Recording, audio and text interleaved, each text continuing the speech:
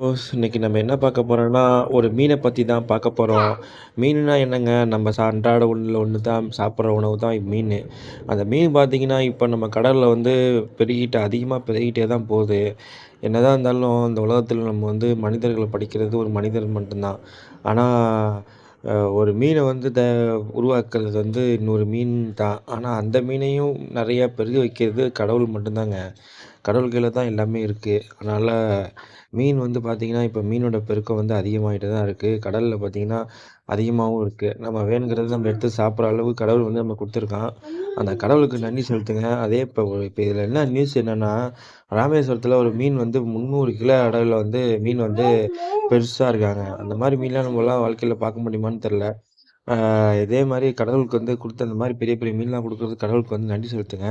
இந்த வீடியோ புடிச்சிருந்தா அப்படியே ஒரு லைக் பண்ணிக்கங்க. சப்ஸ்கிரைப் பண்ணிக்கங்க. இன்னொரு வீடியோல பார்க்கலாம்.